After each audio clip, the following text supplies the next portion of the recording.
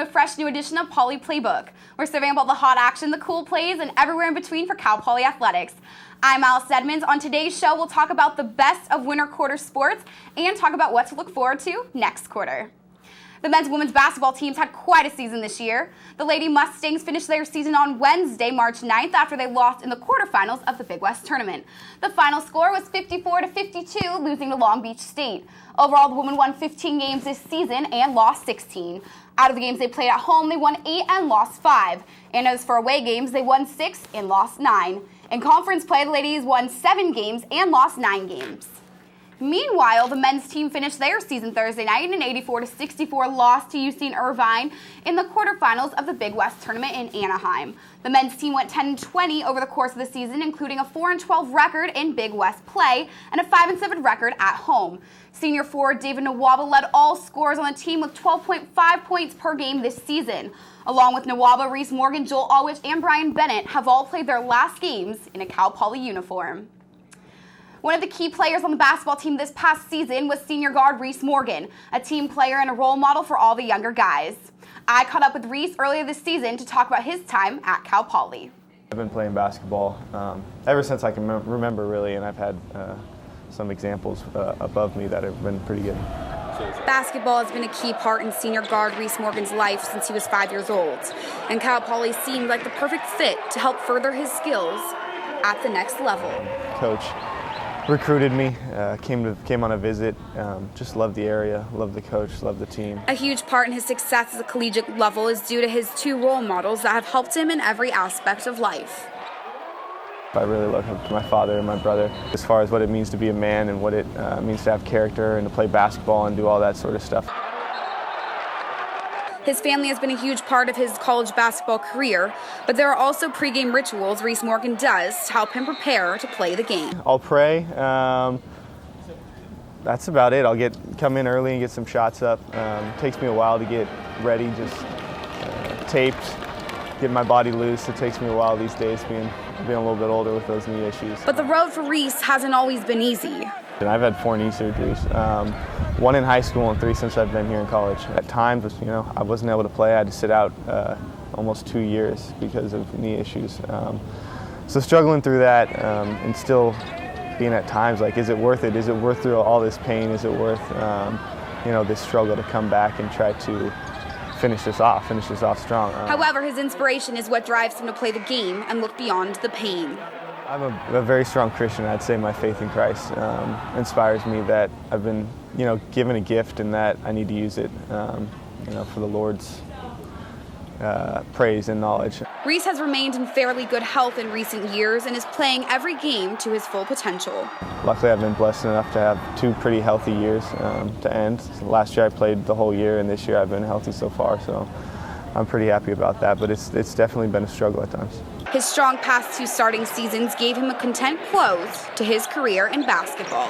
I've realized that my knees aren't going to hold up for that much longer, so I think I've realized that my time is done once I play my last game at Cal Poly.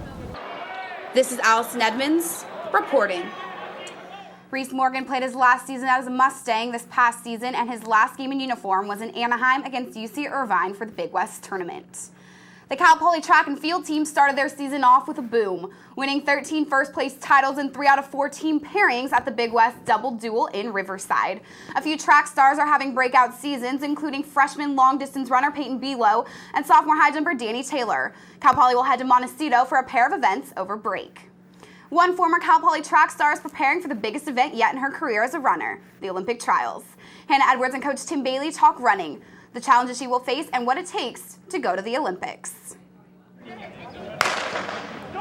Hannah, she exudes positivity. She's very bubbly personality. She's all conference, in the Big West, and I definitely feel like there's a lot of potential there. She's taking the time to just really have a go at pursuing the Olympics. It's like and the Olympic trials rather. In college, I finished, my senior year, I finished 4th in the conference for the 800. I kind of refound that passion and drive to really go for it and continue on. And it was definitely like a trial year. Like I had a lot of ups and downs. I like went through an illness. I was struggling through practices and I was still like out there running, but it was just like, you know, workouts that were so easy before were like so hard and I was struggling just to like hold on to it.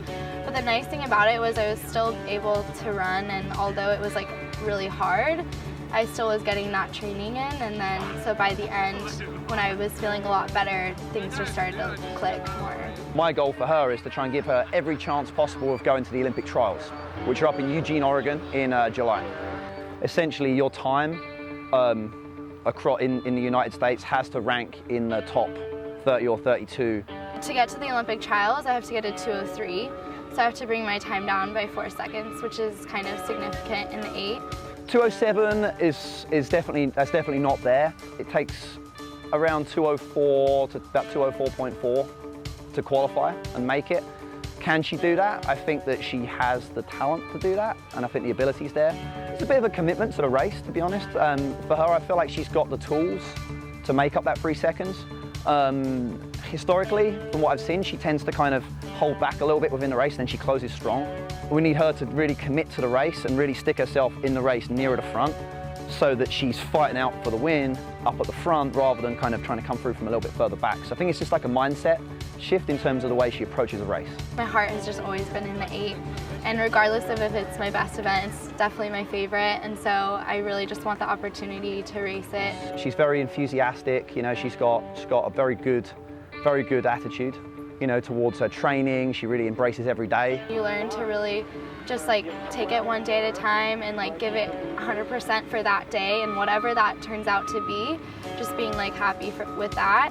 I definitely think the individual part too of just being able to like overcome those challenges and those obstacles and like pass your limits and kind of surprise yourself.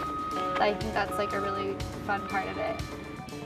I think she's very brave that she's decided, you know what, I'm going to take a year off, you know, and I'm just going to really try and put my heart and soul into my running and see what I can do. Whatever happens, whether she makes it or she doesn't to the trials, I think that she can look back on this time and know that, you know that she gave herself a really good chance.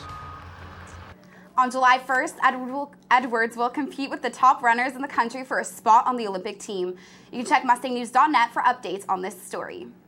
The Cal Poly men's tennis team will be hosting number 47 Iowa this Saturday. The Mustangs are coming off a 4-match winning streak after beating UNLV. This match against Iowa will be history in the making as the Mustangs compete for the first time at the Division I level.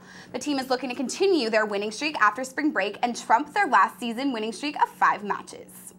While any good sports team rely on veteran leadership in the locker room, Cal Poly baseball has gotten off to a very good start this season without much veteran presence. Cal Poly baseball is off to an 11-5 start to their 2016 season, including a 3-game sweep of Pacific and the University of San Francisco, and a win at home against ranked Michigan. One interesting aspect about their team is that they have a load of young talent on their roster. 15 freshmen and 9 sophomores are on the roster with only 2 seniors, John Shupknecht and Connor O'Hare. Shupknecht has appeared and started in all 16 games this year, while O'Hare has only appeared in 3. One reason for his success this year has been the rise of true freshman Alex McKenna, who is 3rd on the team with a .322 batting average and 2nd on the team with 2 home runs. Cal Poly will continue on with their 10-game road trip with trips to Sacramento State and Wichita State, all of which can be heard live on ESPN 1280 The Ticket. The Cal Poly softball team is off to its best 21-game start in program history. They are 15-6 overall and are continuing their non-conference play at the San Diego Classic this upcoming weekend. Their first game is Saturday, March 19th against Seattle at 4:30 p.m. The Mustangs have only had one other matchup with Seattle where they pulled off an 8-4 victory in 2014. And that's all we have for Cal Poly Sports. You can log on to MustangNews.net for continuous Cal Poly sports coverage. I'm Allison Edmonds. We'll see you next quarter.